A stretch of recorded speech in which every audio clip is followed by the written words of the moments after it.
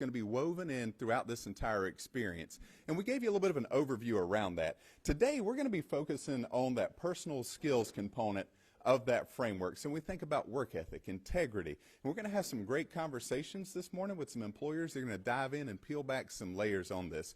But before we do that, I want to make sure you know the quality employers that are in here. So I'd like to introduce Ms. Jenny Bowen to come up and introduce our incredible employers and just bring some greetings on behalf of Rivers East. Jenny? Thank you.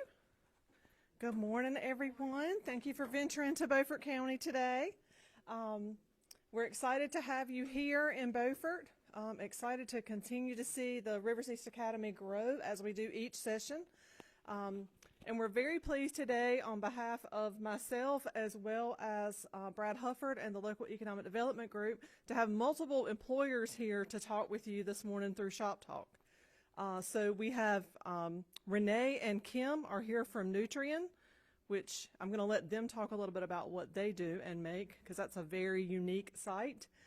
Shelly Tuba is back from Grady White Boats. Shelly lives here in Beaufort, so we captured her again. We didn't let her just stay in Pitt. We also have Kevin Boyd here with Oak Ridge. They do more metalwork type work. And then, who else? I see Robin from the Chamber and Brenda Hawkins with Pamlico Yacht Works. See, I've, virtual. I've heard her name. We've emailed back and forth, but I don't think I've ever seen her in person, so that was on me. We also have some other support folks here today that you will see or talk about, but just so you know, since you spent a lot of quality time with Todd last time, and Trey has done such a good job, their boss is here today, Mr. Van Rogerson. He just wants to see all those, he's like me, he likes to sit back and watch what everybody's doing because we get the little bits and pieces, but it's always nice to be able to see things actually in action. So thank you, welcome, and we're ready to get started. Yeah, we'll get started. Thank you, Jenny. Let's give Rivers East a big round of applause for the incredible work they're doing here.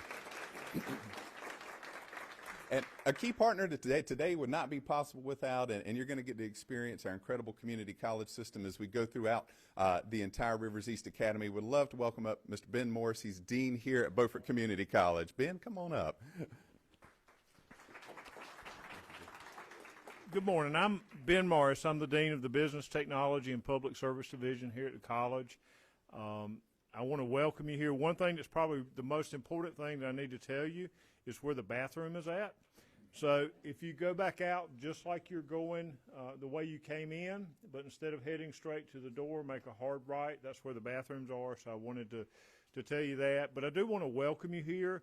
I appreciate the interest that you're taking in the career and technical education programs, because that is really a great way for somebody to make a living wage. And I really appreciate all of you doing this and coming and sharing your time with us, and hopefully we can build some really good partnerships. So thank you very much.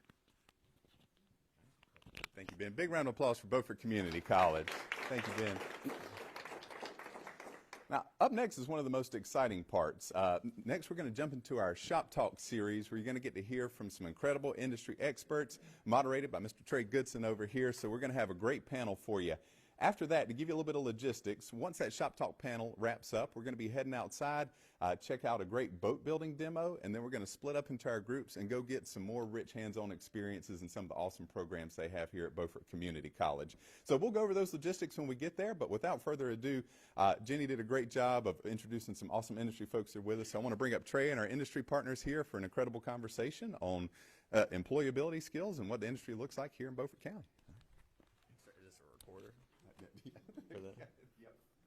So Renee, Brenda, come on up. We'll have you sit. Yeah. Is there who else? Kevin? We're gonna pull you in. We're going to the bullpen, Kevin. I'm sorry.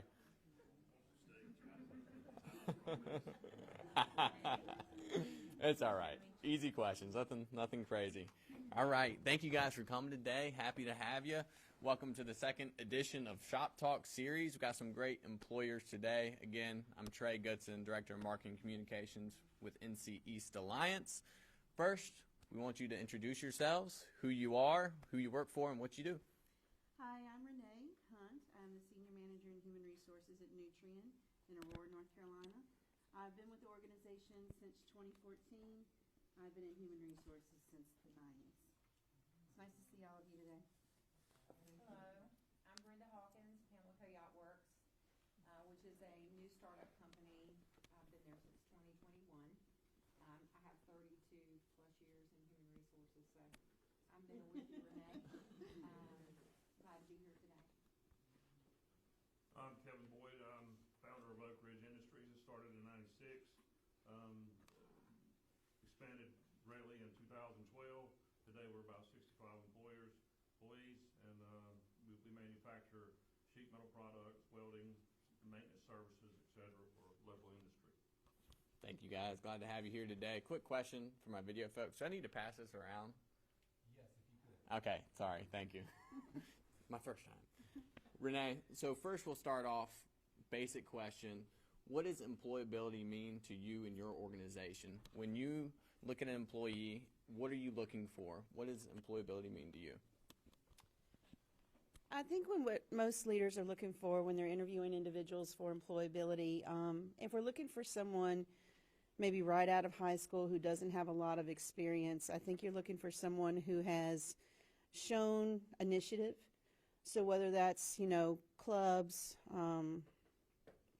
different certificates and things that they may have earned.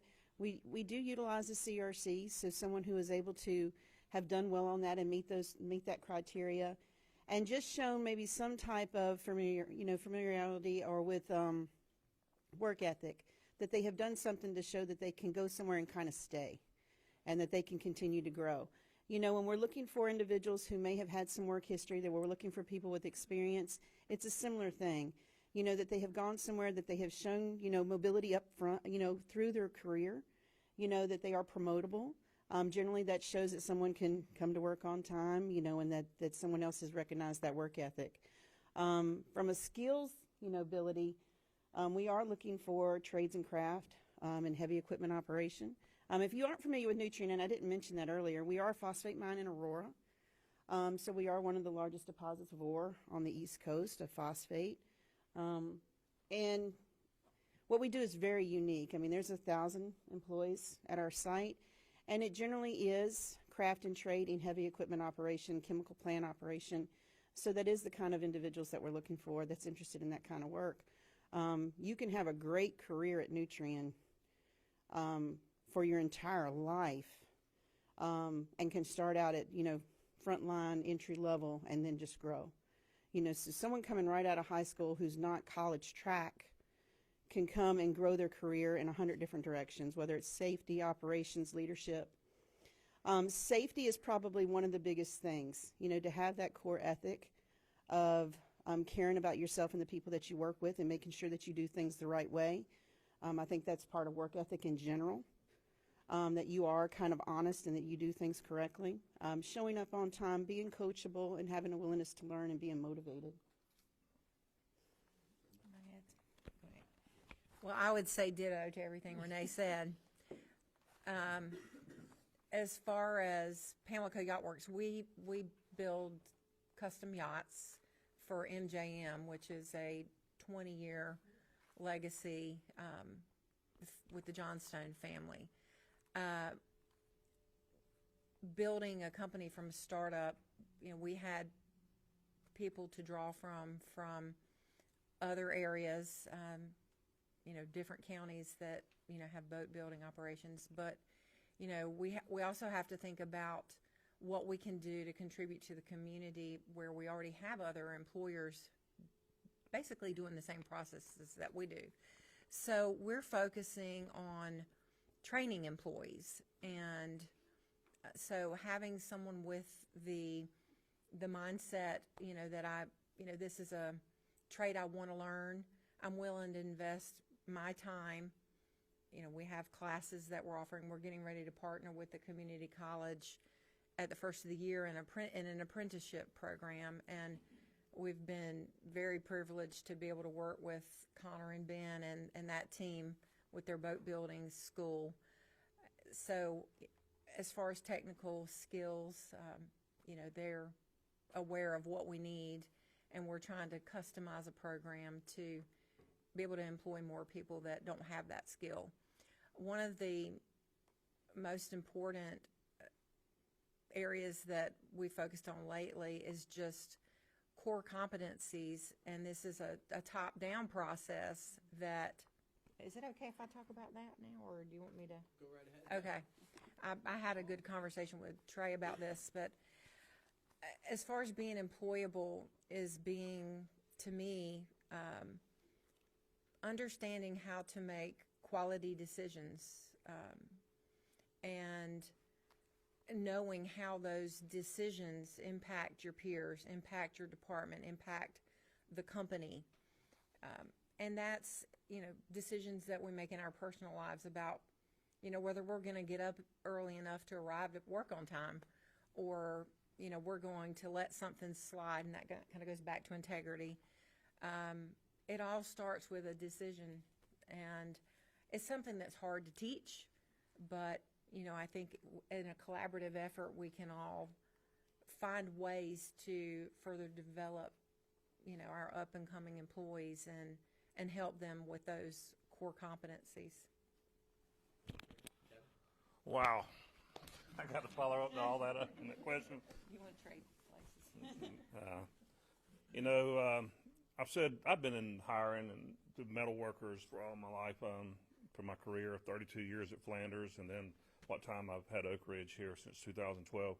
I've always said when I could walk an employee from the front office to the back office, the shop floor, I could tell whether he was a good employee or not.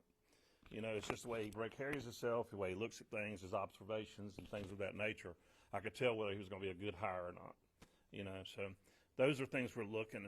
And as teachers, and when I want to hats off, because I get a lot of young kids and stuff today, I respect all you teachers. Hats off to you guys, and y'all deserve a hand.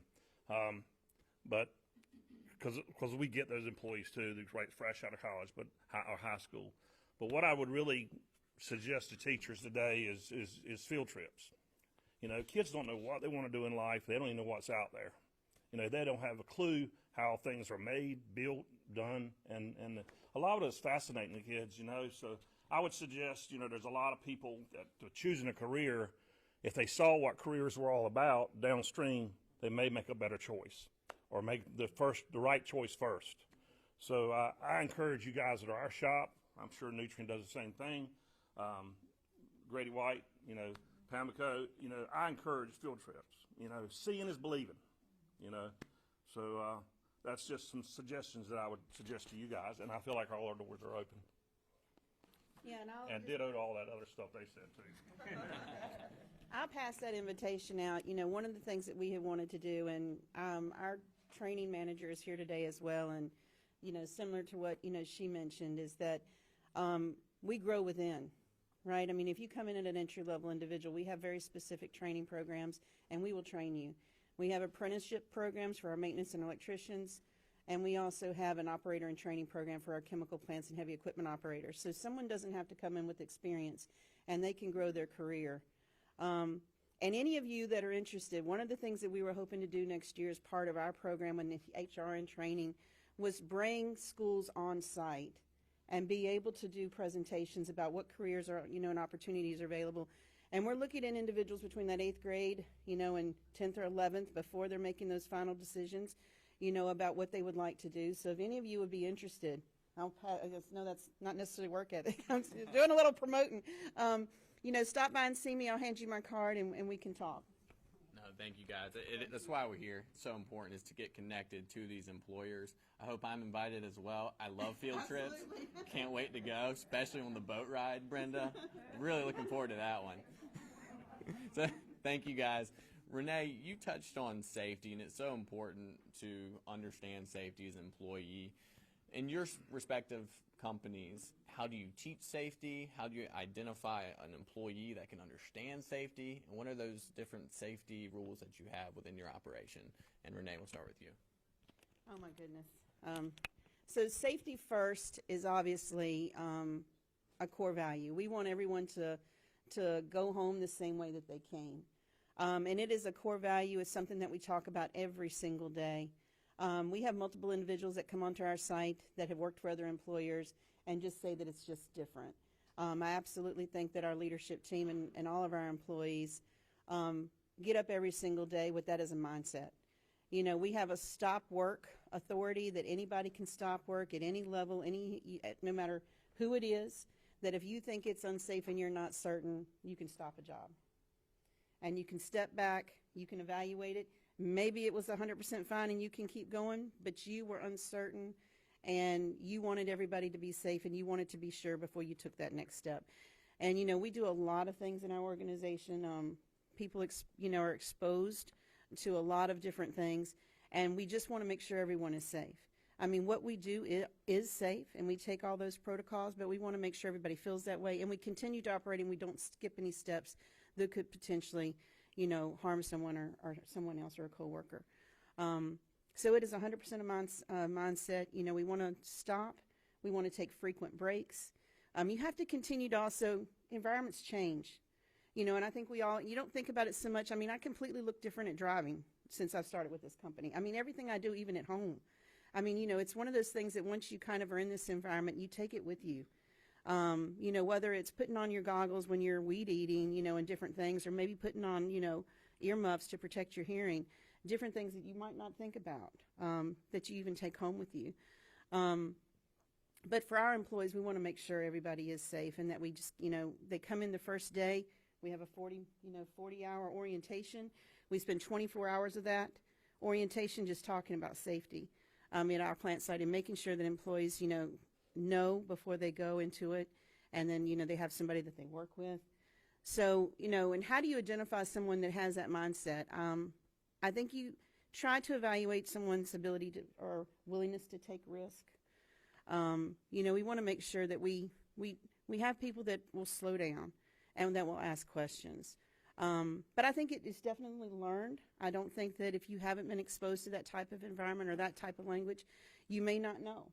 So it's just someone, again, who's willing to learn and be coachable. I think, that those things can be taught. And again, we have that same philosophy that safety is first. We have identified our core elements that are most critical when it comes to safety, and that is, we use a lot of chemicals in our facility, and we also have a lot of pinch points, with mating and, putting boat pieces together. So that is something that we really have to train. We use cranes. We, have a system where, we have guarded areas when people are doing certain processes, and everybody in that team knows, look out for the other person. Everybody has their checks and balances in place. We do offer training.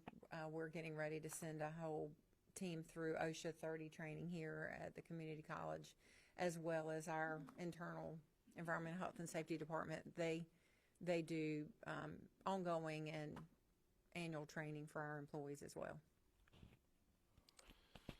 Here we go again. It's bad going last. I agree. Safety first. It's something we preach. We do a lot of. We have a field service crew of about 20 guys. We work at facilities such as Nutrien, Domtar. We're all over the place. And Vivos has about 6 plants in eastern North Carolina. We provide a maintenance service for those guys 24/7. Safety is absolutely number one. And not only being a private business owner in the past, it's a lot of responsibility on us to make sure people play safe. We do have classes. It's a suggestion I would do. You heard her mention OSHA 30. There's different OSHA levels of, and I don't think kids coming out of high school have a clue on that. OSHA 10 to me would be a great class to have inside of high schools, and it tells you everything about fall protections, pinch points, hazardous materials, etc. Those would be good. That would be a good class on an industrial side to have, and I know none of it happens, but anyway, so that's about all I got. Thank you guys. And playing off safety, I'm sure it helps to have a teammate there looking after you, working within a team environment that really helps and benefits to keep your operations safe. Within your organizations, how do you preach teamwork? What does teamwork look like within your organization? And yeah, just kind of expand on that question. And Kevin, I'll start with you this time. You know, I have meetings, weekly meetings with the whole shop, and we practice that all the time. It's like rowing a boat. You got to get all the oars going in the right direction, or don't you're going to go in a circle, and you're not going to get accomplished anywhere. Teamwork is very critical. There's no heroes. It takes a team to make it happen. And what we do in our practice is we work on each other's weaknesses and we thrive on each other's strengths. And that's what makes a great team. So we practice it each week. At Pamlico, we have go meetings, and we have them at the start of shift, at the end of break, which is the start of the second half of their morning, and then after lunch. And those go meetings basically is get organized. So our plant is in departments and substations, so each person has a different role. And as you are an internal customer to another team, then, as the boats advance through the production floor, there's going to be a different process at different parts of the day. You're going to start working on a different boat or on a different a mating process or something like that. So we have what we call a gate check and a handoff. So, our teams collaborate with each other. They go back to their areas, focus on, okay, what are we doing for the rest of the morning? They have boards with basically their task list. If there's any changes, the team lead communicates that. And I think one thing that's really important is to make sure that we don't promote skilled workers into leadership positions without giving them adequate training, because sometimes we can promote those great, outstanding employees to a level of incompetency because they just haven't been trained and become familiar with that transition from, say, peer to lead. So that would be one thing that we really focus on as far as team building, is to identify well in advance individuals within a team that could potentially become leaders, and we establish training programs for them, which includes metrics about our own company and how that fits the dynamics of overall team development and teamwork. Again, I agree with what everyone here said. At Nutrien, again, I think pulling off of safety, we have what we call our Safety Team Leaders Project. So as a way to kind of continue the thought process of safety, also innovation and continuous improvement, every month we ask our teams, and these are our crews, and very few jobs at our site can be done independently and autonomously. Almost every single thing, and I think that's in most jobs, it requires something that you do impacts someone else. And so it requires everyone to want to do their best and to really support their team. We have our toolbox meetings every morning that kind of kick off that day, and our leaders do that. But then we also have continuous improvement projects, and we ask them to kind of look around in something that you do every day. Keep that mindset and that eyesight on the fact that, could we do this safer? Could we do this different? Does this need to be this difficult? Could this be automated? Could we, if you're having to get on a ladder to turn this lever, maybe you can move this lever down and you don't have to actually get on that ladder. You can stand on your feet, and maybe just improve the process to eliminate a hazard.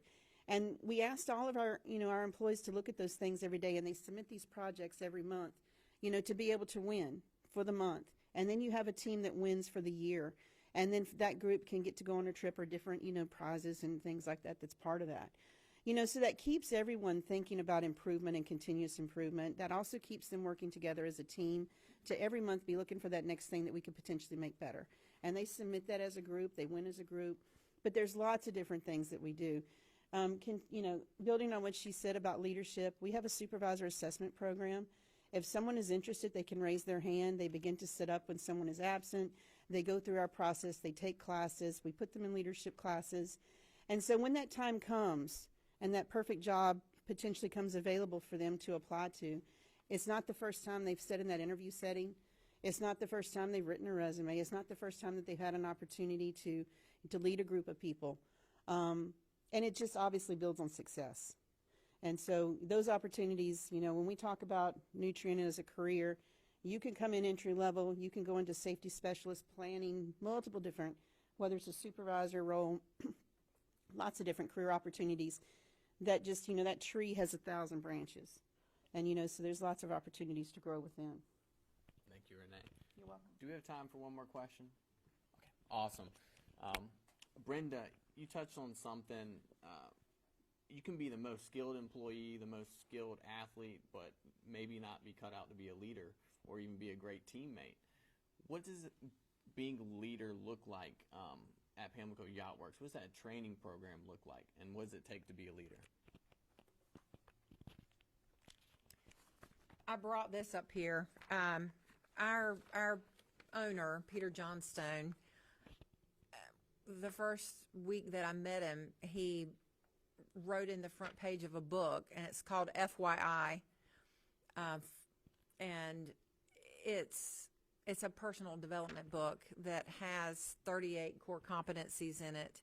He wrote a note in it and handed it to me, and we have established a program this year just based on that book, so that it's difficult, you know, to, of course, do your own personal assessment about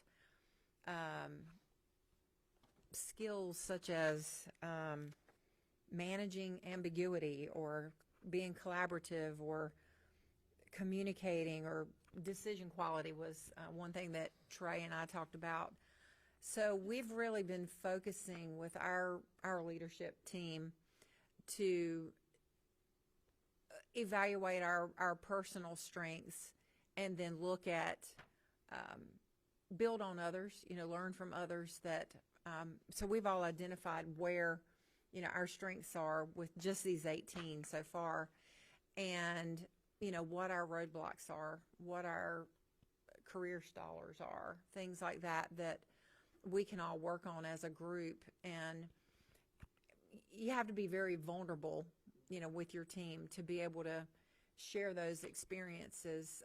I'll just tell you, in our Clifton Strengths Assessment that I think is really great for every individual to do, you identify, you know, basically where you are against your team with different types of categories, and one of them is responsibility. So I personally, responsibility is my number one strength. But with that, you know, I carry the weight of the world on my shoulders. I worry, I feel responsible, you know, for the whole company, basically, and each individual in it.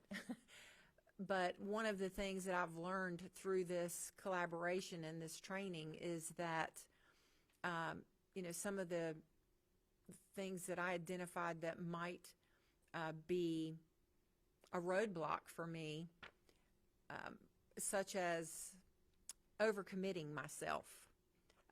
Other individuals in the company recognize that, and, you know, when you say, hey, I'll have that for you in 2 hours, and then for whatever reasons, you know, with my HR job, it doesn't happen that quickly. My team, I feel comfortable going back to them. There's where the vulnerability comes in and saying, hey, you know, I haven't had a chance to finish that for you yet, but I'll make that happen. So I think, you know, really focusing on individual personal assessment as a team, and then having someone help you facilitate through the differences and the dynamics of the team really helps your team become stronger. Kevin, how do you identify a leader at Oak Ridge? Well, my education and experience, you know, it's one of my questions when I do interviews. You consider yourself a follower or a leader? You know, I always ask that question doing interviews, and it's kind of amazing some of the responses you get back. But But no, definitely, like Brenda said, you know, there's a series. There's a lot of good employees that don't make good leaders, and there's people that are drivers and pushers, and yet they know when to pull back. And those it's an art. I mean, it is. It's a craft. It's an art, and not everybody has it. So I agree with her 100%.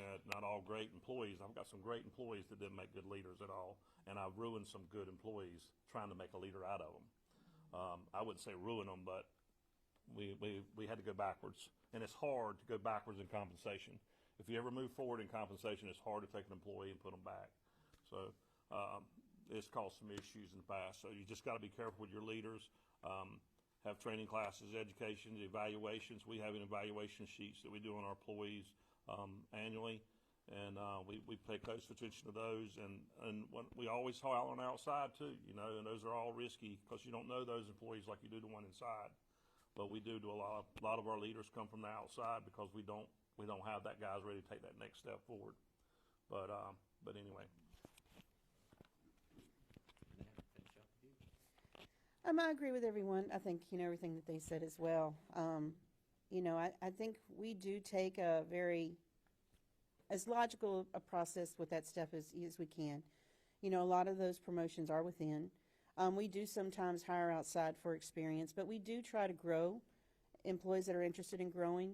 We offer continuous education and all these different things to help support people and getting their career to where they want it to be. We want people to have the careers that they want. And if you are interested in leadership, we do take you through that process. There are assessments that we take. We have 360 peer interviews and different things. So you can get some insight into yourself, similar to what she said. Maybe there's some areas of opportunity. Part of that supervisor assessment is a development plan. You know, so where they're, you know, we talk to you about here's the things where you're really strong and here's the areas that you need to develop. And, you know, in ensuring that, I think that we want people in leadership roles who are team-minded, who want people to grow and who are coachable, you know, who can coach and who can help grow the people around them. And that's a big part of it, you know, and so kind of making sure that those individuals have that base knowledge, that they have exposure to leadership prior to actually taking that step into that role. It's a big step. Leading people is huge. And then supporting that group while they're there, you know, making sure they have the tools and the resources that they need to be successful in those roles. When they are having a challenge, that they can find someone who can help them with that. Kevin, Brenda, Renee, thank you guys so much for your valuable insights today. I hope you're able to hang around and interact with some of the teachers here today for a little bit. So thank you so much for your time. That concludes Shop Talk.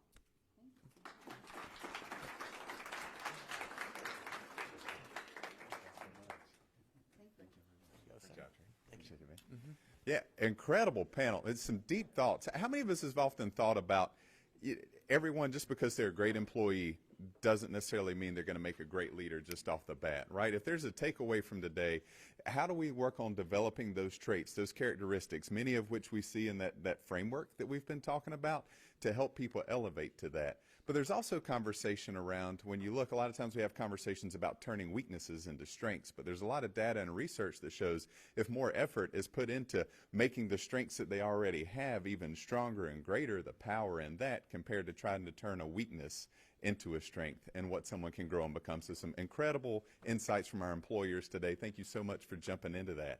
Up next, we've got a really exciting piece to dive into, really unique programming that they offer here at Beaufort Community College is around boat building. And so we've got an incredible demonstration set up outside. It's going to give you a chance to preview some of the awesome pieces that they're going to do there. So when we dismiss from here, we're going to go out this hallway right out into the parking lot that you came in from. I imagine seeing a boat will be pretty easy to find where we're supposed to go out there. So look for a boat. That's the direction we'll go. Gather around there, and we'll split up from there. Thanks, everyone.